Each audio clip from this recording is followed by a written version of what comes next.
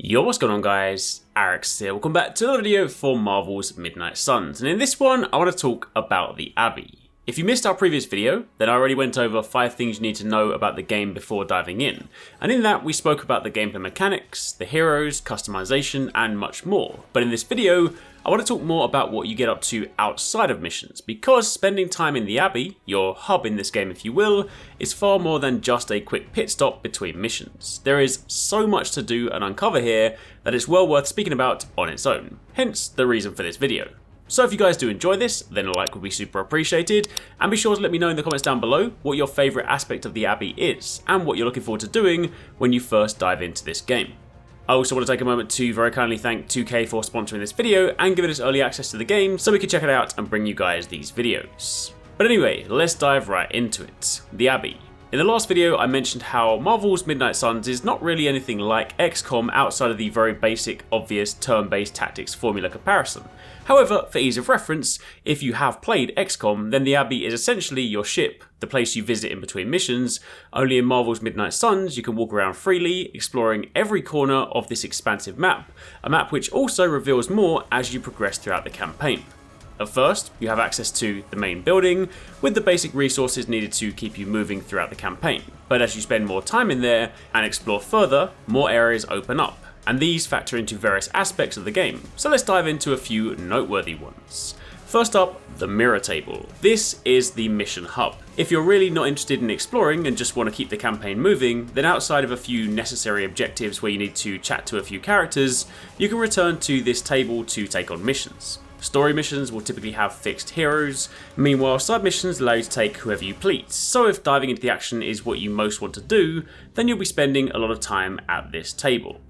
However, outside of that we have the Forge. The Forge has a number of uses. When you complete missions, you will first begin earning coils. These are items that can be given to Tony Stark to decode, if you will, and doing so will then reward you with a choice of cards. You can reveal all of them, but at first you can only take one, at least until you upgrade the facilities. But of course, as you get more, you can then expand the decks and of course flesh out your characters. You can also have Doctor Strange decipher artifacts in the Forge a little bit later, which too will unlock more items for you. And you will then be able to also conduct research here on top, which will allow you to add facilities to the Forge, which results in greater benefits later on, when doing things like deciphering coils, etc. So this is basically a place you'll be spending a great degree of time in as you progress throughout the game and you expand your team. In addition to that, you can also foster relationships with your fellow teammates around the Abbey. Sometimes that'll be simply a passing conversation, other times you'll be able to actually hang out with them, watch movies, play video games, etc., and this will improve your relationship with them as you progress. Furthermore, during some interactions you have good and bad choices to make, so to speak, light and dark, and picking these choices will push you closer to one of the sides, which later on in the game will allow you to unlock powerful abilities, so it's worth spending the time interacting with people when you can, so that you can of course work towards unlocking those powerful light and dark abilities. Additionally, very important point up next, in fact probably the most important point of the entire video, you can pet the dog. Yes, that's right, Charlie the dog. When seen around the Abbey, you can interact with him and you can indeed pet him. During my time playing, I didn't discover whether it ultimately led to any kind of rewards, but let's be honest, being able to pet the dog is the reward, so that's good enough for me. However, moving on from there, explore. This is one of the coolest parts about the Abbey. What at first glance just seems like a spooky old castle to hang around in between missions, later becomes a pretty awesome place to explore.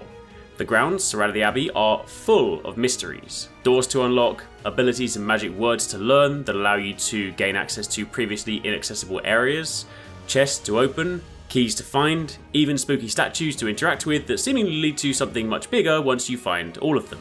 There really is quite a bit to do when you spend the time looking around, which I personally really enjoyed because it really did give much more life to the hub. In addition to this, there are plenty of collectibles to find, pages from lost journals, tarot cards, mysterious elemental items which later can be placed into altars to unlock keys. There's tons of stuff kicking around the Abbey, and a few Easter eggs too, so much like I mentioned in the previous point, it really does pay to explore. And then finally, don't forget to customize. There are tons of outfits and items to unlock in this game, but as the hunter, you have outfits for the Abbey, as well as outfits for combat. And as you progress throughout the game, or uncover hidden secrets, you unlock more items, and these items can be purchased with in-game currency, so make sure you style out your hunter so you look your best whilst kicking it back in between missions. But as you can now begin to see, there really is quite a lot of stuff to get up to, even when you're not battling the enemies that threaten the universe, which is pretty cool. But that's pretty much it for the time being. If you guys missed some of our recent videos, be sure to check out one of those ones linked on screen. And if you want to see more from Marvel's Midnight Suns, then also check out the latest video that we uploaded. Otherwise, thanks for watching, and I'll catch you guys in the next one.